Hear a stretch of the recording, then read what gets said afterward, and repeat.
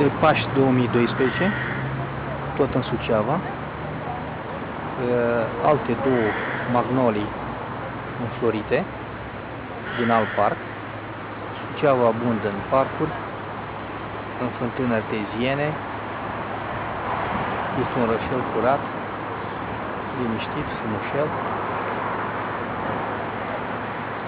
E un rășel turistic.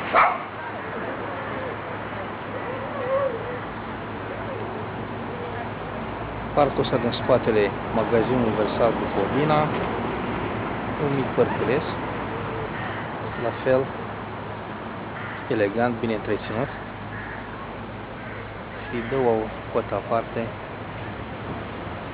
aceste magnolii înflorite.